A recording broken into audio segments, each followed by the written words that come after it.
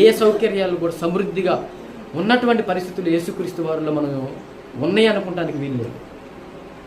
ఏం తిన్నాడో, ఎక్కడున్నారో అంటే ఆయన జీవితం చదివిన తర్వాత ఆయన శిష్యులుగా, ఆయన పిల్లలుగా, ఆయన సేవకులుగా ఉన్నటువంటి మనం ఆయన కంటే ఏది కూడా మనం అంటే బైబిల్లో రాబడ్డ మాట గుర్తొస్తూ ఉంది, దేవుని కంటే ఎక్కువ సుఖానుభవం అనుభవించిన వారు, ఆశించిన వారు.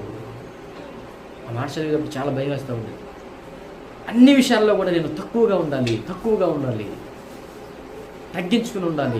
మీరు ప్రభుకు లేదు కదా, ప్రభుకు లేనిది నాకెందుకు?